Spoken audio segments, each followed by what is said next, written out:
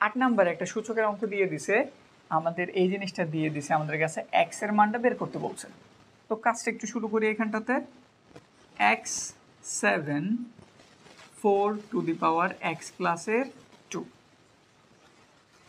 2 x প্লাসের 7 4 এর চাইলে কিন্তু আমরা কি লিখতে পারি 2 স্কোয়ার লিখতে পারি নাকি। 4 এর পরিবর্তে 2 স্কোয়ার লিখছি, তার উপরে পাওয়ার যা ছিল এই যে লিখে দিলাম 2x প্লাস 7। একটা ল আছে a to the power m, তার উপর যদি আবার পাওয়ার n থাকে তাহলে পাওয়ার জন কি হয়ে যায়, গুণ হয়ে যায়। কি লিখতে পারি আমরা mn।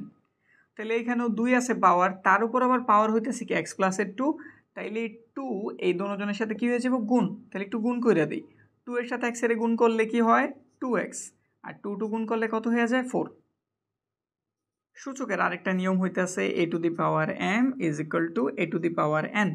এমন হইলে নিচের এর জনকে সেম সেম না, তাদের আমরা বাদ দিয়ে শুধু m সমান n লিখতে পারি। সূচকের আরেকটি যদি বিস্তারিত ধারণা নিতে চান তাইলে আমার যে সূচকের প্লে লিস্ট আছে ওইটার লিঙ্ক আমি ডিসক্রিপশনে দিয়ে দিয়েছি, একটু দেখে নিয়েন। তাহলে সূচক সংক্রান্ত ঝামেলা আশা রাখি হইব না, ঠিক আছে। দেখেন এখানে এটাও 2 এটাও 2 সেম সেম হয়ে গেছে, তাহলে এই নিয়ম অনুসারে আমরা নিচের 2 এর কি দিয়ে দিতে পারি, বাদ দিয়ে দিতে পারি। তাহলে কি লিখতে পারি x plus 7 is equal to 2x প্লাসের 4।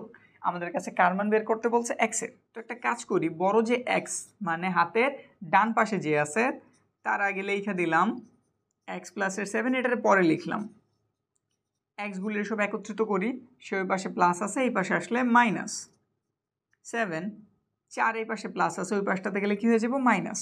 তাইলে এইখানটাতে 2টা x থেকে একটা চলে গেলে একটা x রইল, 7 থেকে 4 চলে গেলে কত রইল 3। তাহলে x এর মান আমরা কত পাইছি 3। দেখি তো কয় নাম্বারটা, আমাদের অ্যান্সার হইতাছে খ নাম্বারটা।